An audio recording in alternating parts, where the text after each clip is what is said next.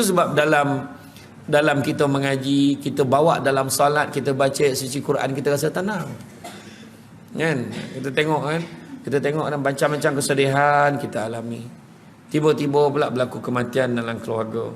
Tiba-tiba pula berlaku kematian anak-anak kita ke, suami kita ke, isteri ke, mak ke, adik ke, yang rapat-rapat dengan kita. Sedih, memang sedih. Cakaplah macam mana pun, memang sedih hati ni. Tak ada siapa tak sedih. Tapi yang paling tak sedap, yang paling tak tahan dengan sedih ni, orang yang sedih yang paling tak tahan mendengar orang cakap, sabarlah. Tak boleh dengar dah perkataan tu. Dia nak dengar benda lain. Allah sayangkan dia. Kau jangan cakap sedih ni. Betul tak kan? Kadang-kadang rasa kita dah sedih, sabarlah tu. Mak saya makin lagi lah. Meninggal arwah abah saya tu, tengah sedih ni. Ada seorang tu datang, kau rasa macam mana aku rasa pula lagi tak boleh pakai. Aduh, seorang ni, ya Allah sabarlah dan aduh, kan. Dia mungkin sedih lagi tak ada. Dia babit dengan orang lain pula kan. Kau rasa lah pula macam mana dan rasa lagi tak boleh pakai kan. Jadi mana kata memang macam tu, cakaplah apa pun. Memang sedih tu tak sama. Walaupun kita mungkin kita ada dengar orang tu kematian anak, kita kematian anak, macam mana pun dia tak sama. Sedih itu tetap sebab kita rasa masa tu. Kalau serontak lain, serontak meninggal lah. Ni dengan anak awan tu, Allahu Akbar, sama kita, nasib kita lah ni. Contohlah kan. Tetapi kita kena ingat, walaupun sedih, semua orang sedih. Apa? Nabi kalau kematian isteri, Nabi tak sedih. Siti Khadijah, Nabi tak sedih. Abu Talib meninggal, Nabi tak sedih. Sedih pun lah. Tetapi jangan kita lupa, Nabi dah bagi dah caranya kita nak menangani, bukan hapus. Sedih tak boleh buang dah. Saya sebut pasal kematian ni pun masih ada orang terbayang lagi. Tengok abah yang mati macam mana, tengok laki meninggal. Sedih, memang sedih, takkan boleh buang. Gembira lah, takkan boleh buang. Orang baru kahwin, tak boleh buang gembira tu kan. Tetapi menangani kegembiraan tu kan, macam mana kawal, jangan sampai tak jadi sampai nunjuk-nunjuk pula. Pak bini Dan, kau ada kawan tu belum kahwin kan. Ataupun kematian, kita kematian memang sedih, tapi cara menangani menangani kematian tu, apa Nabi buat? Nabi setiap kali Nabi bersedih, Nabi tahu ambil uduk, Nabi salat. Menangislah, sedihlah kita dalam salat tu, mengadu pada Allah Ta'ala. Janganlah kita pening-pening kepala. Kita tahu bahawa macam mana pun penceramah boleh bagi tahu kat kita sesuatu yang kita anggap sebagai satu pertolongan, satu bentuk pertolongan, kelegaan pada hati kita. Yakin dan percaya bahawa Allah adalah sebaik-baik penolong. Tak ada dah tiba-tiba logo hati, Allahu Akbar, Allah Maha Besar, dan Allah tiba-tiba tunjukkan kat kita ada orang yang lagi teruk daripada kita. Jadi kita mula menerima keadaan. Tengok kan penyanyi Nora, tengok macam mana pula kita cerita, kita tak dapat dah. Nak sabut kita, sedih. Mau tak sedih? Baru beberapa tahun suami meninggalkan dia. Dia mau jaga anak-anak sebagai ibu tunggal. Tiba-tiba anaknya yang mengantar dia pergi ke airport tu. Pagi tu elok hantar, tak ada apa-apa. Tiba-tiba landing aja, dia dapat tahu yang anak dia dah pun meninggal dunia. Bayangkan ujian tu macam mana. Kita ni cakap, ya Allah macam mana. Kita boleh cakap, tapi yang rasa tu sebabnya menangani tu macam mana. Saya sendiri pun tak boleh bayang. Macam kita cakap lah kan, ingat tak dulu waktu kita mungkin ada yang dah berapa ramai, saya yakin ramai yang dah tak ada mak. Dulu masa ada mak, di penghujung hayat dia tu kan, kalau kita ingat raya, bila kita balik beraya, mak tu ada yang kata dia duduk je. Kita pun tak adalah berbuat sangat pengannya, kita buat sama kita. Kita tahu mak ni dia buat hal dia je, dia duduk, dia minum, dia makan, dia tanya-tanya sikit, kita jawab. Tetapi seolah-olah macam apa tu? Seolah-olah, ni bukan saya cakap, seolah-olah macam dia ada kat situ tu macam syarat je lah. Seolah-olah. Tetapi bila mak tu, wan, nenek, mak tok mak, tak kisahlah apa lah galaran dia kan. Bila dia tak ada, grandmother, okay. Bila grandma ni tak ada, Bila kita balik kampung raya, suasana dah tak sama. Nak cakap apa? Macam mana mula cakap? Malahan sampai ada satu tahap tak balik kampung dah semua, sebab mak dah tak ada. Betul tu sebab jangan kita apa, memang sedih tetap sedih. Tapi bila kita ingat tu, kita lazimkan juga. Kita balik kampung tahun ni, semua kena balik kampung. Tak kira lah giliran siapa. Balik kampung, kita tentukan hari yang semua boleh balik. Raya ketiga, contoh balik, kita kumpul adik-beradik, kita buat tahlil untuk arwah mak, contoh. Kita buat tahlil untuk arwah mak, buat, tak ada masalah dah.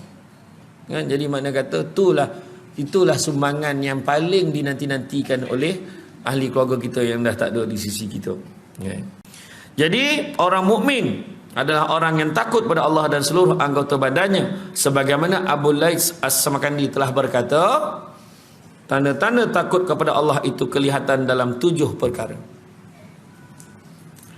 Yang pertama, pada lisannya dia menghindarkan daripada dusta, ghibah, menyebar fitnah, berbual kosong dan banyak bercakap. Malahan menyibukkan diri dengan zikir, membaca Al-Quran dan muzakarah ilmu. Liman kana yarjullaha wal yawmal akhir wa zakarullaha katsiran. Barang siapa nakkan rahmat Allah dan nakkan hari akhirat, maka ingatlah Allah banyak-banyak. Itu sebab kita buat program-program macam ni. Ni nak ingat Allah banyak-banyak. Kan? Bila sebut ingat Allah, tak ada kita cerita benda lain dah. Tak ada kita cerita pasal watak lain, watak utama tetap. Macam kita tengok drama kan lain-lain hero tu. Tengok drama kan, kejap-kejap Zul Arifin, kejap Fatah Amin, kejap-kejap Syafiq Khail, kejap-kejap Samsul Debat. Tak ada saja tu. Kan kita tengok kejap-kejap hero ni, kejap hero ni. Bertukar-tukar hero saya tak tengok lah, tapi saya tahulah hero tu siapa. Tahulah nama kan. Tak adalah kona pun dia orang tu, tahu dia orang lah. Mengenali dalam taklah tahu kan. Tengok drama kejap-kejap setelah ku miliki, kejap-kejap cemburu seorang wanita, utusan cinta buat Adam. Saya tahu tajuk saya tak tengok tajuk kan, contoh kan. Kita tahulah kan, kita tengok. Tetapi kita tengok dalam bab ceramah-ceramah, majlis-majlis ilmu, kalau kita hadir mana sekalipun, Pailah, Kedah, Terengganu, Perak, Kelantan, Johor, Perak pergilah, Samban, Kelumpur, mana sudut Kelumpur lah pergi, panggillah ceramah mana pun, daripada Jawi, Jakim, panggillah pencamah, ustaz-ustaz mana, Mutawif, tak kisahlah siapa. Akhirnya watak utamanya tetap junjungan besar Nabi Muhammad sallallahu alaihi wasallam. Tak pernah berubah hero watak utama tu. Nampak tu hebat Nabi kita, tidak tercabar kedudukan dia sebagai watak utama dalam kehidupan kita. Dia cakaplah kan, hero sampai masa guyup, sampai masa bertukar dah hero lain, dah jadi watak bapak pula hero tu dah, sampai masa tua. Tapi Nabi kita tak pernah tua dalam hati kita. Saya segar dalam ingatan kita, dialah watak utama, uswatun hasanah, contoh ikutan terbaik. Makna nak tengok suami kita baik betul, bagi duit, bagi apa, Nabi kita tetap lagi baik. Tengok budak tu tolong orang tua melintas jalan ni, baik budak tu, baik nak siapa lah tu, jangan risau, Nabi lagi baik. Sedekah bagi kan, macam kita tengok kan, hamba Allah tu yang bersedekah di Senayan baik masjid tu, dia bagi sedekah samtunya besar kan, jangan risau, Nabi lebih lagi daripada itu. Nabi sampai tak ada apa dah kat Nabi. Nabi sampai sanggup berlapar ni, ambil batu-batu ikat perut dia tu, puasa kan, puasa. Tetapi orang kata segala apa yang ada bagi ke orang. Sampaikan sebelum Nabi mati ni, sebelum Nabi wafat, Nabi tengok masih ada 7 dinar lagi dalam simpanan dia. Ni 7 dinar ni macam mana ni, jangan kau simpan lagi, bagilah ke orang, sedekahlah ke orang. Sebab Nabi tahu setiap 1 dinar tu semua akan dipertanggungjawabkan. Allah Ta'ala akan tanya kau buat apa dengan duit tu. Itu 7 dinar tu ibarat 70 sen lah. Kita nampak dalam bank, ada orang tu duit dalam bank 5 juta pun pening kepala. Aduh, mana nak cik duit gini? Tengah susah pun nak 5 juta, tengah susah. Bayangkan, cuba kalau kita ada 5 juta dalam bank macam. Tak ada, duduk kuliah ni, tapi mana Korea apa mana tak tahulah dah pergi. Kan? Saya yang dapat pergi luar negara itu sebab orang bayar saya. Kan? Kalau tidak tak pergi juga. Kan? Pergi Balkan itu. Pergi Australia, Melbourne. Kan? Bukan hanya makan susah, nak buang yang kita makan pun susah.